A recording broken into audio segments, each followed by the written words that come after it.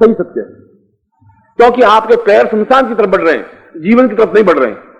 हर क्षण आप वृद्धता की ओर बढ़ रहे हैं, बुढ़ापे की ओर बढ़ रहे हैं, हर क्षण आप मृत्यु की ओर बढ़ रहे हैं। अभी आपकी 60 साल उम्र थी, 40 साल पार कर लिए तो 20 साल और बाकी रहे, यानी 40 साल आपने शमशान की तरफ पांव बढ़ाए।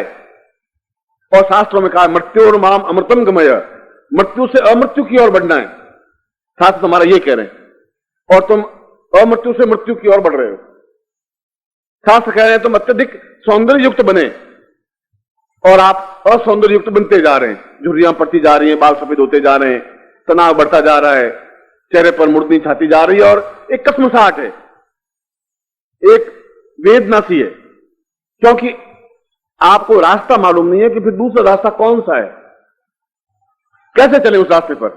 आप तो अभी कहकर चले जाएंगे कि अच्छा उस रास्ते पर चलो जहां अमृत है, अब उस रास्ते पर चले कैसे, जब हमारे पास आर्थिक संपन्नता ही नहीं है तो उस रास्ते पर कैसे गतिशील हो। आपके पास आने के लिए भी 1000 रुपए कम से कम खर्च होने चाहिए, और आपको मालूम होना चाहिए 1000 रुपए का हमारे जीवन में बहुत महत्व है। मैं आपकी स्थिति को समझ रहा हूं,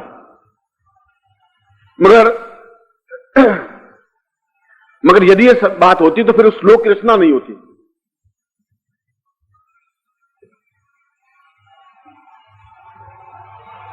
और मेरा जीवन तो 100% शास्त्रों के सम्मत के आधार चल रहा है।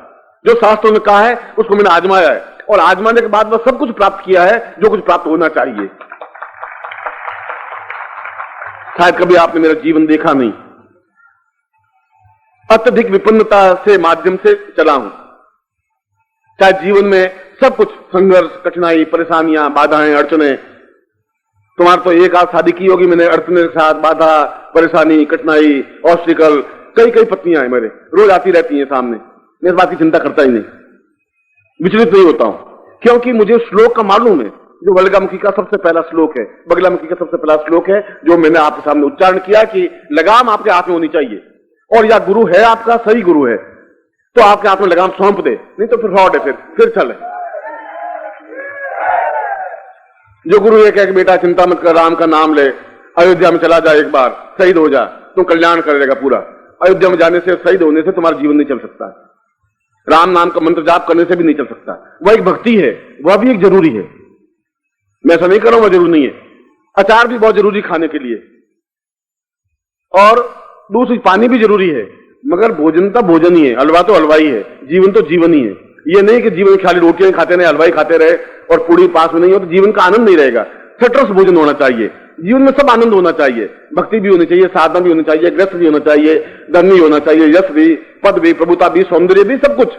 और सब कुछ है तो फिर जीवन है, और जीवन है तो वो आपके हाथ में लगाम है, और ऐसा लगाम यदि समर्थ गुरु है तो आपको समझा सकता है, दे सकता है। आप तो 40 साल की उम्र में मेरे अलावा भी कई हरिद्वार गए होंगे, मथुरा गए होंगे, काशी गए होंगे, और शिविरों में गए होंगे, कई जगह गए होंगे, मगर ऐसी तीखी बात आपको कहा ही नहीं होगा। कहा होगा कि बच्चे चिंता मत कर, सब ठीक हो जाएगा, भगवान का नाम ले, भगवान सब देख रहा है, घबराने की जरूरत नहीं, एक न एक दिन तो ठीक जरूर हो जाएगा।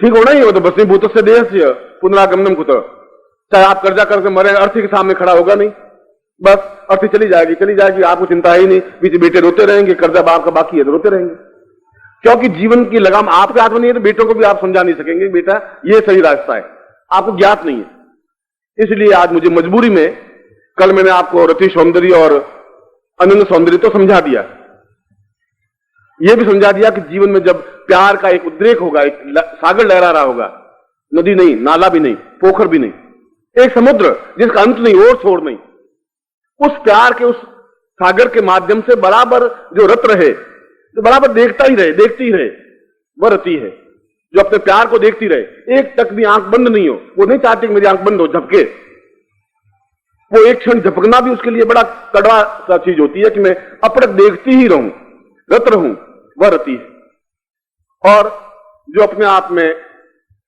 संपूर्ण अंग के प्रत्येक रोम रोम से सौंदर्य युक्त हो, वह अनंग है, जो अपने सामने है तब भी, नहीं है सामने तब भी। क्या ऐसा सौंदर्य का पारावार हमें प्राप्त हो सकता है? हो सकता है, होता ही है, होगा या नहीं होगा मैं ऐसा नहीं कह रहा हूं, होना चाहिए भी। जो हम चाहते हैं वैसा ही होगा, इसलिए हम साधना कर रहे हैं, इसलिए गुरु के पास बैठे हुए हैं, इसलिए चिंतन कर रहे हैं हम। मगर मैंने कल परिभाषा और आपको ये साधना तो सिखा दी, मगर उसके बावजूद भी आप जीवन में भयग्रस्त हैं, और भय तो पग पग पर है। इसलिए श्लोक में उसने कहा कि रूपम च यौवम, आपका यौवन है, आपका रूप है, आपका सौंदर्य है, सब कुछ बेकार हो जाता है यदि आपके मन में भय है। तो आप नहीं निकल पाएंगे, आप कुछ कर भी नहीं पाएंगे। अर्धम अफसर का भय कि सस्पेंड कर देंगे तो क्या करेंगे, भय। लड़की बाहर से निकले कि पापा आएंगे बहुत डांटेंगे, बाहर नहीं जाए। अब तुम बन ठन करके बाहर में निकल क्योंकि ठीक नहीं है तो गड़बड़। अब रति सौंदर्य दिया भी हो, क्या काम का वो कोने में पड़ा रहा। तो बेटी रती है, बहुत सुंदर रती है, बाप के तुम बाहर मत जाना, सड़क पर नहीं जाना। और बेचारा सही कह रहा है, बाहर जाए तो सैकड़ों लोग और समस्याएं, सीटियां बजाएंगे और फिक्रे कसेंगे। और भयग्रस्त, हर क्षण वह भी भयग्रस्त, बाप भी भयग्रस्त, मां भी भयग्रस्त। पैसा है तो तकलीफ, गवर्नमेंट की इनकम टैक्स की, सेल टैक्स की, सारा एक किसी समय एडक जमदूत आके खड़े हो जाएंगे तो प्रॉब्लम, नहीं है तो प्रॉब्लम। रूप है तो प्रॉब्लम, नहीं है तो प्रॉब्लम। क्या करें ऐसा, क्योंकि पूरा जीवन ही भयग्रस्त हो गया है। क्या इस भय से निर्भय बनाया जा सकता है? क्या हम जीवन में जैसा चाहें निर्भीक शेर की तरह? और शेर कभी भयग्रस्त होता ही नहीं, इसलिए उसको वनराज कहा गया है। और बहुत, चाहे हाथी हो, चाहे चीता हो, चाहे और कोई हिंसक पशु भी हो, और शिकारी जा रहा हो तो चीता एकदम से मुड़ करके भाग जाएगा, हाथी भी एकदम से मुड़ करके भाग जाएगा, शेर मुड़ के नहीं भागेगा। वो शिकारी के ऊपर झपट्टा मारते वो उधर से निकल जाएगा, इसलिए उसको शेर कहा गया है। वो घबराएगा नहीं शिकारी से, जब भय से घबराए नहीं, वह अपने आप में पौरुष है, वह मर्दान की है, वह ताकत है। क्या ऐसा? और उस भर्तृ ने एक बार कहा है कि शास्त्रे बाद भयम गुणे खल भयम काये कतांताद भयम। मैं रूपवान हूं तो मैं जरायाम भयम, बुढ़ापे का मुझे भय है। मैं पैसे वाला हूं तो मुझे राज्य का भय है। मैं बहुत जोर से बोलता हूं तो लोग कहते हैं सारा पागल है, चिल्ला रहा है, तो वो भय। मैं ढंग से बात नहीं कर सकता हूं तो भय। घर में अगर पत्नी को डांटता हूं तो भय, नहीं डांटता हूं तो भी भय। सर्वम वस्तु भयान्वितम भुवि नृणाम, सब कुछ भय से ही ग्रस्त है। वल्गाम नैवम भवम भयति, वल्गामुखी का ध्यान, चिंतन, प्रयोग और साधना निर्भय बनाने के लिए ही प्रयत्नशील है। वही एक साधना है, वही एक चिंतन है। या तो वैराग्य हो जाए आदमी, वैराग्य मेवा भयम। साधु सन्यासी लेंगे अभी क्या, चलिए दुपट्टा सारा तो ले जाए, और क्या, अगर वो सन्यासी है तो। मगर वो सन्यासी आज से 60-70 साल पहले होते थे, अब ऐसे सन्यासी रहे नहीं। और यदि आपको मैं धनवान भी बनाने की क्रिया देता हूं, संपन्नता देता हूं, और अगर जीवन में भय है, जीवन में एक डर है, मृत्यु का डर है, यौवन का डर है, बुढ़ापे का डर है, जीवन में सुरक्षा का डर है, हम सड़क पर चले, हर क्षण मौत तो 24 घंटे चलती रहती है, ट्रक के रूप में, कार के रूप में और लोगों के रूप में। अगर पंजाब देख लें, कश्मीर देख लें, तो जितना मौत का तांडव नृत्य हो रहा है उतना कभी जिंदगी में हुआ ही नहीं। हम उस बात की चिंता नहीं करें। हम तो ये कहें कि अगर हम साधनाएं करते हैं और साधना में संपन्नता प्राप्त करें तो क्या जीवन में निर्भय होकर के जीवन व्यतीत हो सकता है? जो हमारा पड़ोसी हम पे लड़ाई झगड़ा कर रहा है, जो हम पे मुकदमे चल रहे हैं, जो हमें हरदम तनाव में रखा रहता है, हमारा प्रमोशन नहीं हो रहा है, हम कुछ कसमसा के रह जाते हैं, हम कोर्ट में नहीं जा पा रहे हैं, हम उनको सामने खड़े तन करके बात नहीं कह पा रहे हैं, हम अपनी इच्छा व्यक्त नहीं कर पा रहे हैं, हम गुर्दे के यहां पहुंच नहीं पा रहे हैं, क्योंकि भय है, पैसा ही नहीं है। जीवन का प्रत्येक पग आपका भयग्रस्त है, प्रत्येक व्यक्ति का। और इस भय से मुक्ति पाने का यदि कोई रास्ता है तो ये सारी साधनाएं आपके लिए जरूरी हैं। यदि भय है तो ये साधना करने से होगा भी क्या, उससे क्या लाभ हो पाएगा? कुछ प्राप्त भी हो जाएगा तो आप घर में पड़ा रहेगा।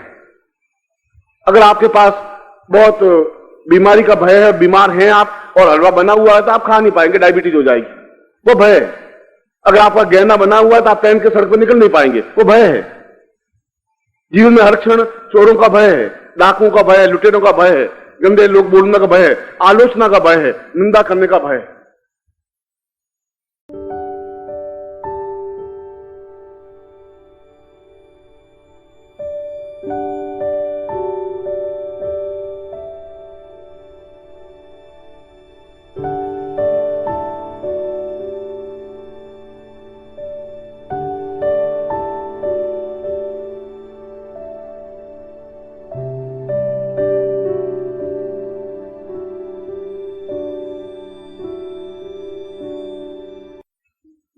और श्लोक के पहले चरण में पहली पंक्ति में यही कहा है कि जो व्यक्ति भयग्रस्त है वह मुर्दा है, मगर एक उच्च कोटि का मुर्दा है। उच्च कोटि का मुर्दा यह है कि वो चलता फिरता मुर्दा है, बाकी तो सोने वाले मुर्दे हैं। वो सांस भी ले रहा है, मुर्दा है, चलता है। ये साधना के बड़े चमत्कार है और कहीं ऐसा चमत्कार नहीं मिल सकता। जो भयग्रस्त है वो मुर्दा है ही, और मुर्दा है और चल रहा है, मुर्दा है और सांस ले रहा है और हर क्षण अपने आप में दबोच रहा है। नहीं, ऐसा नहीं करना चाहिए। ऐसा कहने से अफसर गुस्से मान जाएगा और पत्नी से भी ऐसी कुछ बात नहीं करनी चाहिए। लड़की को भी ये बात क्यों कहे, क्या फायदा है, और पड़ोसी गल्ला दे रहा है तो अपन को कुछ बोलना नहीं चाहिए। ऐसा जीवन, उस श्लोक की पहली पंक्ति में कहा है कि जीवन अपने आप में व्यर्थ है, नगण्य है। उस व्यक्ति को एहसास कर लेना चाहिए कि मेरा जीवन नहीं है। और दूसरी पंक्ति में यह कहा है कि ये नहीं है कि हम भयग्रस्त और कुछ करें नहीं, करें मगर निर्भय होकर के ऐसी साधना करें कि हरदम हमारे सामने एक सुदर्शन चक्र चारों तरफ घूमता ही रहे। हर क्षण ऐसी बगलामुखी देवी हमारे क्षण साथ में रहे, हर क्षण उसको देखते रहे, एहसास करते रहे।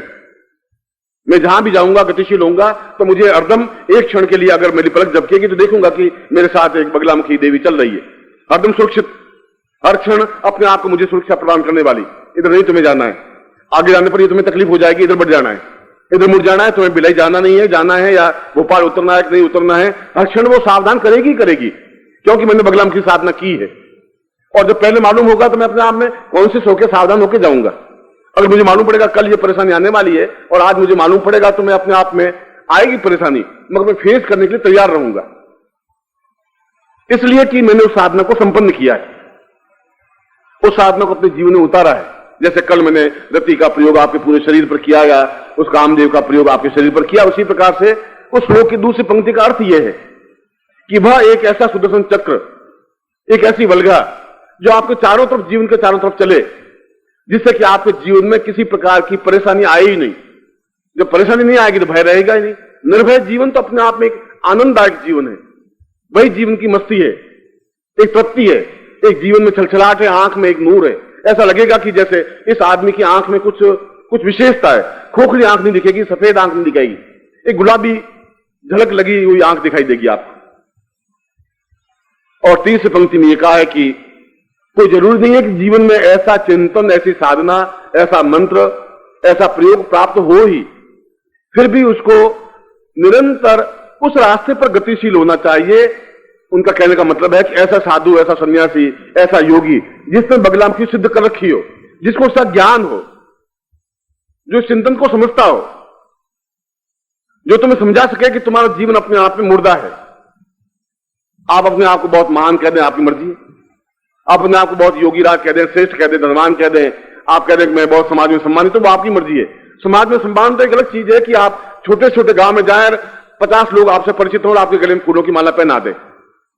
चाहे आप कलकत्ता जाए, बंबई जाए, चाहे बिलाई जाए, चाहे और धनबाद जाए, चाहे बिहार के किसी स्थान पे चले जाएं, मगर आपके 100-500 लोग आपसे परिचित हो ही, जहां खड़े हो आपको 1000, 10,000, 5,000 मिले ही, कोई तकलीफ रही नहीं, ऊंचे से ऊंचा अधिकारी आपके चरणों में झुके ही, आपके आंख के सामने आंख नत हो ही उसकी, वह निर्भय है, वह निडर है, वह शेर की तरह है, वह व्याघ्र है।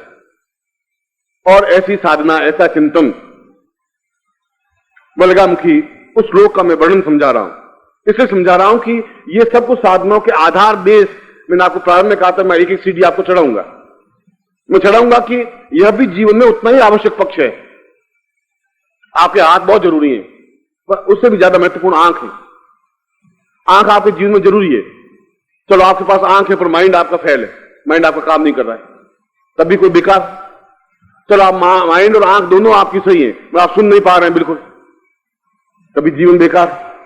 तीनों चीजें चल रही है पर पांवों से आप चल नहीं पा रहे, लकवा हुआ है और चल नहीं पा रहे। अब बताइए कौन सा अंग ज्यादा महत्वपूर्ण है? सभी अंग अपने आप में महत्वपूर्ण है। लक्ष्मी भी अपने आप में महत्वपूर्ण है आपके जीवन में। अगर रूप और यौवन और सौंदर्य आपके जीवन में महत्वपूर्ण है, तो निर्भय होना भी जीवन में आपके महत्वपूर्ण है। और जहां निडरता है वहां अपने आप शक्तियां आएंगी, वहां यौवन अपने आप में आएगा, क्योंकि वृद्धता आ ही नहीं सकती। जब मन में कोई घबराहट है ही नहीं, मन में किसी प्रकार की न्यूनता नहीं है, तो आदमी वृद्ध नहीं हो सकता, फिर आदमी मर नहीं सकता। ये निडरता का, अमृत तत्व का मतलब ये है। कोई अमृत नहीं है कोटर दिया और आप पानी पी दिया, ऐसा अमृत का मतलब ये नहीं है।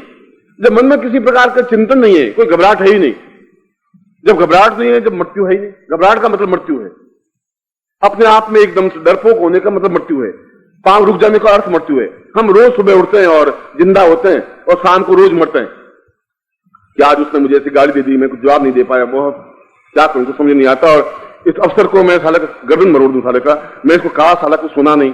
रोज मरते हैं हम, और रोज रात को सो जाते हैं, फिर सुबह वापस पैदा होते हैं, रोज रात को मरते हैं। ऐसा आपका जीवन चल रहा है। और ऐसा जीवन अगर मेरे शिष्य का चल रहा है तो सही अर्थों में मैं उसको शिष्य नहीं कह सकता, वो शिष्य है ही नहीं।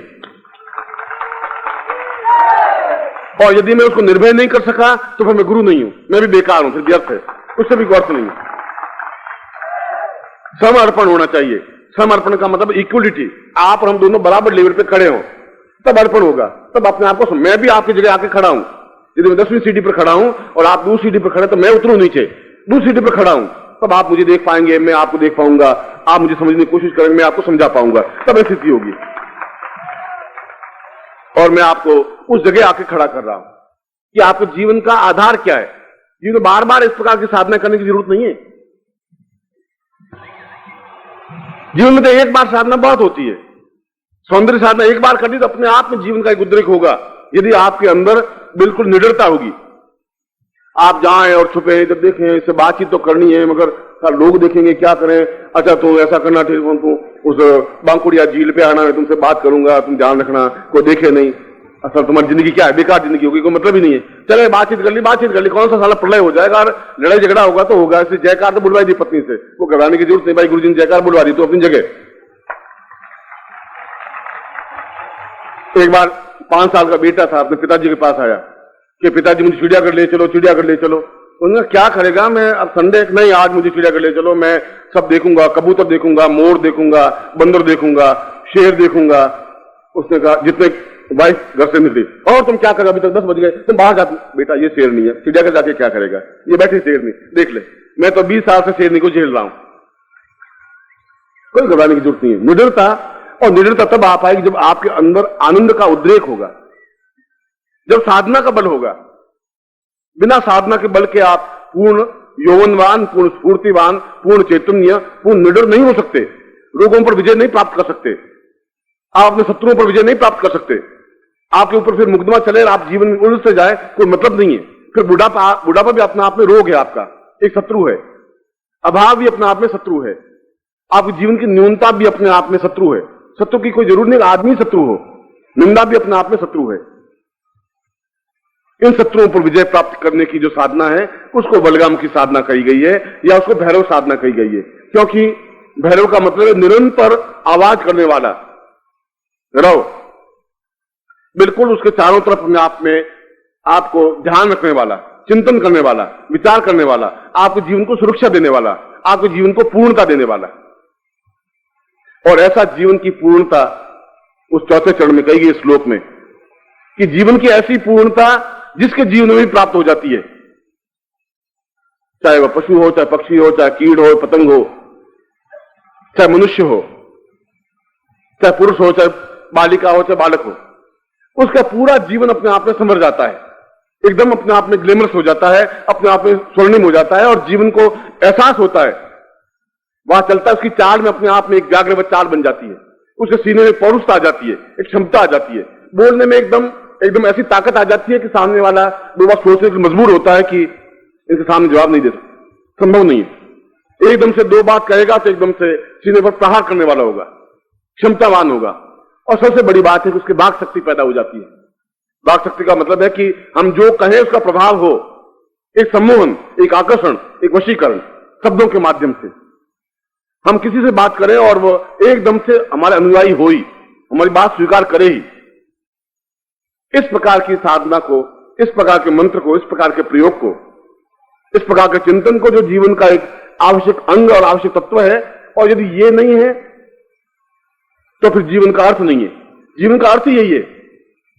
भर्तृहरि को पूछा गया कि जब भर्तृहरि अपने गुरु के पास में गया, भर्तृहरि राजा था अपने आप में, तो गुरु ने कहा मैं तो शिष्य नहीं बनाऊंगा, तुम शिष्य बनने के काबिल नहीं हो।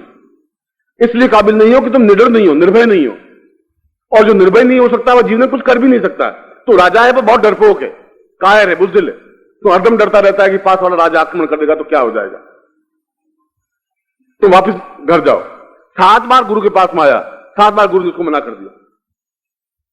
और जब उसने 8वीं बार निडरता के साथ में व्याग्रवत उसकी चाल में गुरु ने देख लिया कि इसकी चाल अपने आप में मरी हुई चाल नहीं है, चाल में एक क्षमता है, एक सीने में एक ओज है, चेहरे पर एकदम प्रभाव है, वाणी में क्षमता है। गुरुदेव मुझे आप दीक्षा देनी पड़ेगी आज, क्योंकि मैं दीक्षा लेने के लिए तैयार हूं, आतुर हूं।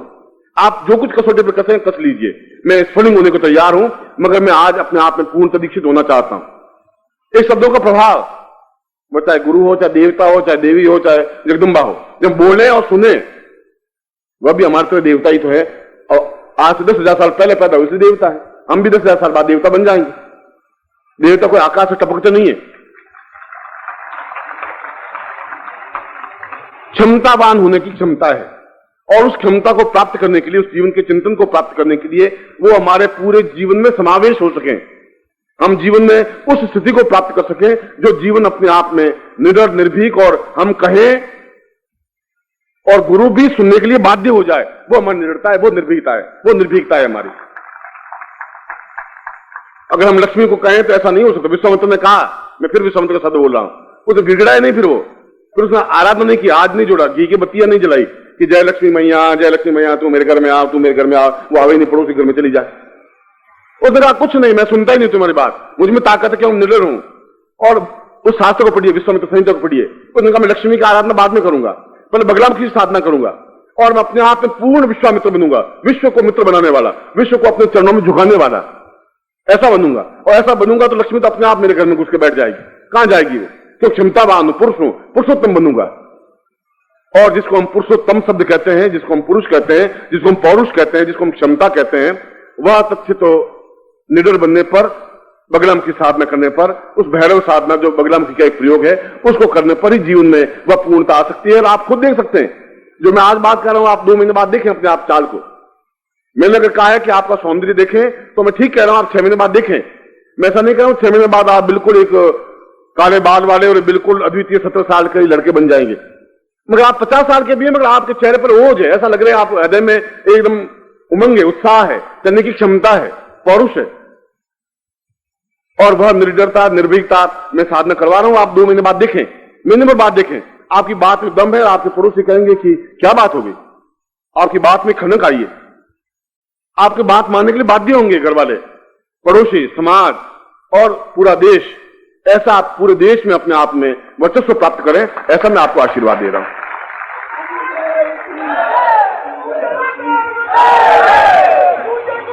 मैं आपको जहां से प्रारंभ हुआ वहीं पर आपको आके खड़ा करता हूं कि हम छोटे छोटे पहाड़ियों पर नहीं चढ़े तो हिमालय पे चढ़े, छोटी छोटी साधना नहीं करें तो अपने आप में अद्वितीय साधना करें, निडर की साधना करें, बगलाम की साधना करें, और जीवन में पूरे भारतवर्ष में सम्मानित हों, आप पूरे भारतवर्ष में विख्यात हो, पूरे भारतवर्ष में आपका नाम हो, अपने नाम सूर्य के समान आप चमके। मैं आपको ऐसा आदेश आशीर्वाद दे रहा हूं, ऐसा प्रयोग में। और इस प्रकार के प्रयोग को आज ही महत्वपूर्ण दिन है, मैं आज शाम को उस प्रयोग को संपन्न करवाऊंगा। और जैसा कल का दिन प्रयोग महत्वपूर्ण था, आज का भी शायद ये 10, 12, 13 साल से तो मेरे साथ में है, और आप लोग भी मेरे साथ में 5, 7, 10 साल से। मगर आपने देखा होगा कि मैंने इस प्रकार की साधना को न कामाक्ष से साधना करवाई थी, न निर्भयता की साधना करवाई थी, मगर श्रीवास्तव ने पहले ही मुझे आकर के 10 बार कि आपको इस बार आना ही है गुरुजी, और 4 बार आप रोज नहीं आए। मध्य प्रदेश में हम सब हताश निराश हो गए कि आप आएंगे नहीं, आएंगे तो कुछ साधना नहीं करवाएंगे। तो मैंने कहा इसके मन का ये सारा भ्रम मिटाई देना चाहता हूं कि मैं वैसी साधना करवाऊंगा जो अभी तक भारतवर्ष में करवाई ही नहीं, और पहली बार हो जाएगी। आज की साधना तो अत्यंत महत्वपूर्ण है, और आप में से प्रत्येक के लिए जरूरी है, अत्यावश्यक है। मैं एक बार फिर आपको हृदय से आशीर्वाद देता हूं ऐसे। और बोल गुरुदेव की, बोल सिद्धाश्रम साधक परिवार की, बोल आज के आनंद की, बोल अपनी अपनी पत्नियों की।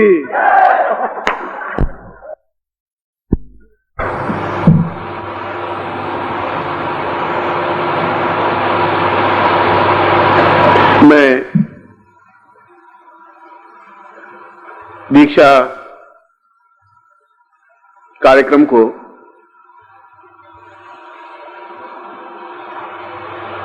प्रारंभ करने से पूर्व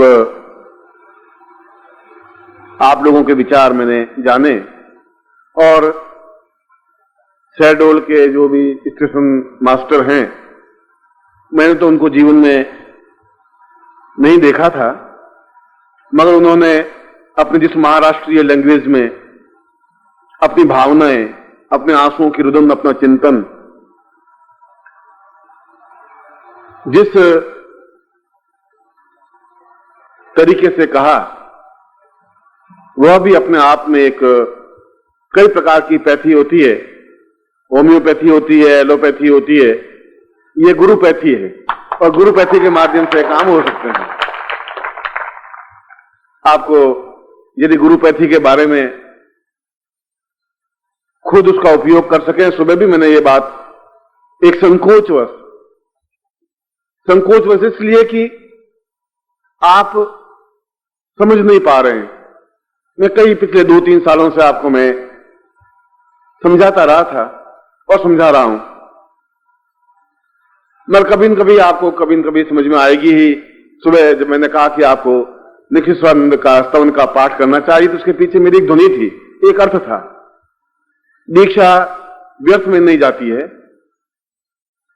जो आमने सामने दीक्षा हो, जब मैं आपके शरीर को स्पर्श कर सकूं, जब मैं प्रयोग आपके आमने सामने कर सकूं, कैसेट के माध्यम से प्रयोग तो खैर होता ही है, उसका भी अगर लाभ हो सकता है तो आप कल्पना कर सकते हैं कि मैं जब आमने सामने प्रयोग कराऊं तो कितना अधिक महत्वपूर्ण, कितना अधिक लाभदायक होगा, इसकी एक कल्पना कर सकते हैं। और मैंने सुबह भी अपने प्रवचन में संकेत दिया था कि मैं महत्वपूर्ण प्रयोग इस शिविर में संपन्न करवाऊंगा। तो एक महत्वपूर्ण प्रयोग कल पंचमी को भी है और मैं तो इस प्रयोग को इस शिविर में रखना भी नहीं चाहता था, मगर जब घर के बेटे ही अलग ढंग के हो जाएं तो मैं कुछ कह नहीं सकता। सब कुछ करना चाहिए, मगर घर के रहस्यों को बाहर स्पष्ट नहीं करना चाहिए। मगर आप गुरु जी की आज्ञा नहीं मान रहे हैं तो माता जी के पास चले जाएंगे और मैंने किस प्रकार से माता जी से क्या प्राप्त कर लिया, तो ये सब इन लोगों को चाबियां दे दोगे तो बहुत समस्याएं पैदा हो जाएंगी। क्योंकि अभी तो माता जी, मेरे लिए 2 फायदे हुए। एक फायदा तो ये हुआ कि अब आपके मन में आया कि चलो गुरु जी से पिंड छूटा, सीधा माता जी को पकड़ेंगे अपन, तो मेरी समस्या तो आधी कम हो गई। माता जी की समस्या ये है कि सुबह एक शिष्य पीछे से पांव पकड़े, माता जी गिरने वाली थी, मैं सहारा दिया। अब माता जी जाने, उनके बेटे जाने, उनकी समस्या वो अपने आप निवड़ती रहेंगी। पहले तो एक आशीष से ही मिला था। फिर भी मुझे तुलसीदास जी की एक पद याद आ रहा है। तुलसीदास जी जब राम के बहुत भक्त होकर के कई बार उस राम की स्तुति की और फिर भी जब राम ने दर्शन नहीं दिए तो उन्होंने जानकी की स्तुति करनी प्रारंभ की, सीता की।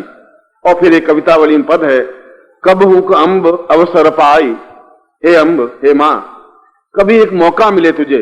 मैं नहीं कह सकता कि कब, जब उन राम जी का मूड ठीक हो, जब भोजन करने बैठे हैं, जब तुम पंखा जल रही हो, ऐसा मौका। कब हुक अम्ब अवसर पाई, कहियो एक दीन सो सेवक, ताही याद करिए ही पाही। तो ये कह देना एक दीन सा व्यक्ति है तुलसीदास, जो आपको याद करता रहता है। तुम्हें कब उनको ध्यान देना चाहिए, दर्शन देना चाहिए। मेरे कहने से वो मानते नहीं है, तो कब हुक अम्ब अवसर पाए। मुझे वो पंक्तियां इसलिए याद आ गई कि यह एक चिंतन उसी प्रकार का बढ़ा है। यह तो एक परिवार का, मैंने उस दिन भी कहा था कि तुम्हारा मेरा एक परिवार है। गुरु शिष्य तो बाद में है, हम एक सिद्धाश्रम साधक परिवार है। परिवार में हम पिता भी हैं, पुत्र भी हैं, मां भी हैं, बेटे भी हैं, और हम एक दूसरे के प्राणों से जुड़े हुए हैं। हम सब और तुम दीक्षा के माध्यम से, साधना के माध्यम से, मेरी आज्ञा के माध्यम से, और जितना जो कुछ आप प्राप्त कर सकें, उलझ करके, उमझ करके, बढ़ करके, प्रेम और स्नेह दे करके, जीवन से जुड़ करके, वह आपके जीवन की आने वाली कई पीढ़ियों के लिए पूंजी बन जाएगी। और आप याद करेंगे, आने वाली पीढ़ियां निश्चय ही, मेरी शब्द आप याद रखना, कि आपके भाग्य की सराहना करेंगे कि आप किसी एक सन्यासी के साथ कुछ क्षण बिताए थे।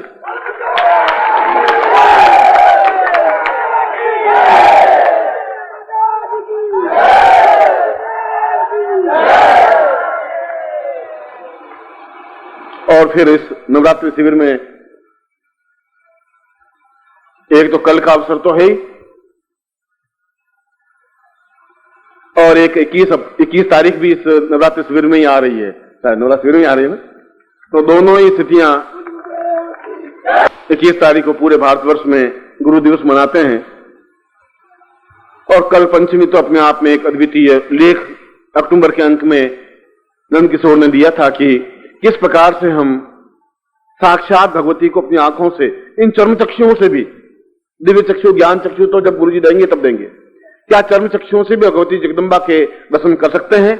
तो कल पंचमी का एक ऐसा ही अवसर प्रयोग है जो लेख मेरी गोपनीय फाइल में मैं जब रखता हूं कि ये कभी सन्यासी शिष्यों को देंगे, तो उसमें से उस लेख को अक्टूबर के अंक में आपको दे दिया था। अक्टूबर अंक तो आपके सबके पास पहुंच गया होगा। और कल का वह महत्वपूर्ण प्रयोग है। श्रीवास्तव आपको गुरु से समझाएगा कि क्या वह महत्वपूर्ण, क्योंकि मुझे तो अभी 2 घंटे पहले मैंने उस लेख को पढ़ा नहीं था कि ये लेख इसमें दिया है। मैं तो ऊपर हेडिंग देखा तो नॉर्मली ये समझा कि जगदम्बा साधना शिविर के बारे में कुछ दिया गया होगा, मगर वह लेख अपने आप में वह महत्वपूर्ण आधार है। और ये वास्तव में तुम लोगों का सौभाग्य है कि उस लेख के संपर्क में आ सके हो, उस साधना के संपर्क में आ सके हो।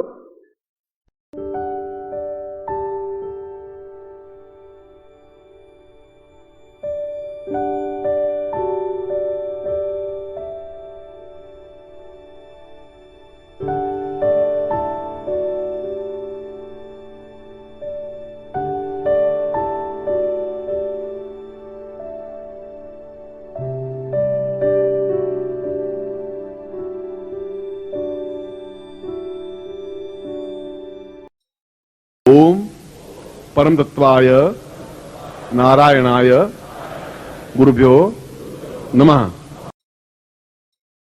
ओम ह्रीं मम प्राण देह रोम प्रतिरोम चैतन्य जाग्रय ह्रीं ओम नमः। ओम भूर्भुवः स्वः तत्सवितुर्वरेण्यं भर्गो देवस्य धीमहि धियो यो नः प्रचोदयात्।